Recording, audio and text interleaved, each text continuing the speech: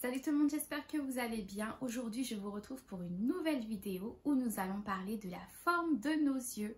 Vous vous êtes sans doute demandé mais pourquoi j'essaie de faire ce tuto là sur YouTube où j'essaie de reproduire ce type de maquillage là sur mes yeux et ça ne donne pas le même rendu, ou encore mais attends, mais il lui reste de la place sur sa paupière alors que moi il m'en reste plus du tout. C'est normal, c'est parce que nous n'avons pas toutes la même forme de yeux ou d'œil. C'est donc à vous de trouver la forme de vos yeux et c'est pour ça que je vous consacre cette vidéo.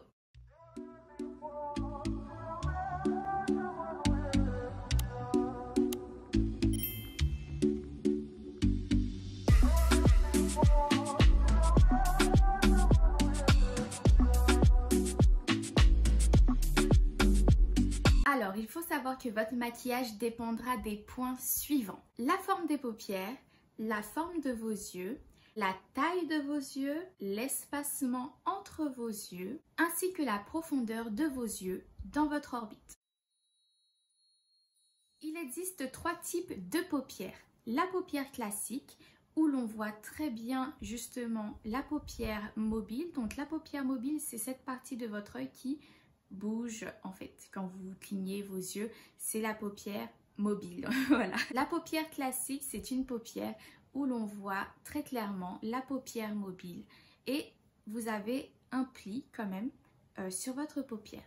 Vous avez aussi la paupière tombante où vous voyez pas très clairement la paupière mobile, elle est assez cachée par justement cette paupière là un peu plus haut qui tombe sur la paupière mobile, donc elle cache en partie ou totalement votre paupière mobile. Et il y a la monopaupière, on les retrouve plus souvent chez les personnes de type asiatique. Je vous mets des photos dans tous les cas.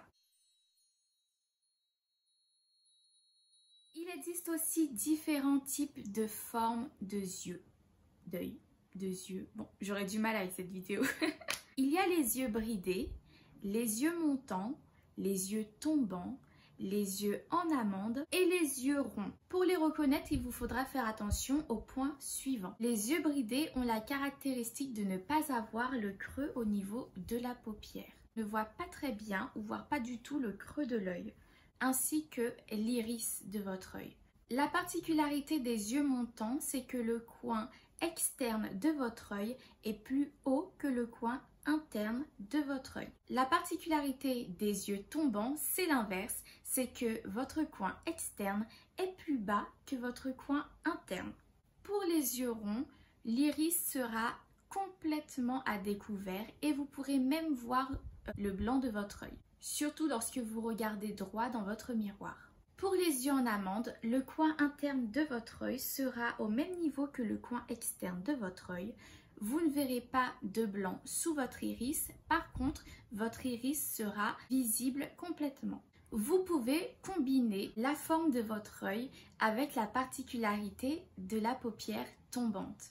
Donc vous pouvez avoir les yeux ronds avec une paupière tombante, les yeux en amande avec paupière tombante. Voilà, c'est une particularité de paupière qui peut être assignée à tout type de forme d'œil. Pour définir la taille de vos yeux, il vous faudra tenir compte de la taille de votre bouche ainsi que de votre nez. Si vos yeux sont plus petits que votre bouche et que votre nez, de toute façon ça se voit. Des petits yeux, c'est quand même facilement distinguable et les grands yeux aussi. C'est-à-dire que la taille de vos yeux sera quand même un peu plus conséquente que la largeur de votre bouche ainsi que de celle de votre nez. Sinon, vous avez des yeux normaux, ni petits ni grands. Pour l'espacement entre vos yeux, je vais tuer le chien. Pour l'espacement entre vos yeux, il vous faudra tenir compte de la taille de votre œil. C'est-à-dire, à vue d'œil, vous devrez mesurer la largeur de votre œil. Je prends mon petit peigne pour vous montrer. Si l'espacement entre vos deux yeux est plus petit que la largeur de votre œil, vos yeux sont rapprochés. Si l'espacement entre vos deux yeux est plus large que la largeur de votre œil, alors vos yeux sont écartés. Et si l'espacement entre vos yeux est égal à la largeur de votre œil, votre espacement est normal. Pour la profondeur de vos yeux dans l'orbite, cela déterminera si vos yeux sont globuleux ou enfoncés. Pour les yeux enfoncés, on aura la particularité de voir l'arcade sourcilière beaucoup plus prononcée. C'est vrai que j'ai du mal à définir si les yeux sont globuleux. Bon, les yeux globuleux, ça peut se voir. Par contre, des yeux enfoncés, c'est quand même plus compliqué à voir. Si c'est vraiment pas très enfoncé, on peut les confondre avec des yeux normaux qui ne sortent pas de l'orbite, mais qui sont ni enfoncés dans l'orbite. Donc, ce sera vraiment à vous de voir si vous trouvez que vos yeux sont enfoncés ou s'ils sortent de votre orbite. Si vous ne savez pas quelle est la forme de vos yeux, nous allons faire un test ensemble. Vous allez vous regarder dans votre miroir ou alors prendre une photo de votre visage de face, tracer une ligne au niveau du milieu de votre œil. Une fois que vous aurez tracé ce trait, vous allez regarder si le coin externe de votre œil est plus haut, au même niveau ou alors plus bas que le coin interne de votre œil. S'il est plus haut, vous avez des yeux montants. Si votre coin interne est au même niveau que le coin externe, vous avez donc des yeux en amande. Et si votre coin externe est plus bas que le coin interne, vous avez des yeux tombants. Maintenant, vous devrez analyser si vous voyez du blanc sous votre œil. C'est une étape vraiment importante car elle vous permettra de distinguer les yeux en amande des yeux ronds. En effet, les yeux en amande ont la particularité de ne montrer aucun espace blanc, que ce soit au-dessus ou en dessous de l'œil. Tandis que les yeux ronds, vous pouvez voir du blanc sous l'iris ou au-dessus de l'iris. Si vous pouvez voir du blanc sous votre iris, c'est que vous avez les yeux ronds.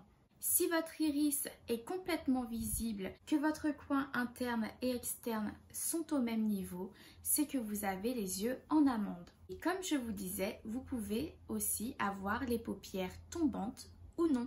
Moi, par exemple, j'ai les paupières tombantes et les yeux... Je m'interromps un petit instant parce que j'étais en train de vous dire que j'ai les yeux en amande parce que bon, mon coin interne est de la même longueur que le coin externe.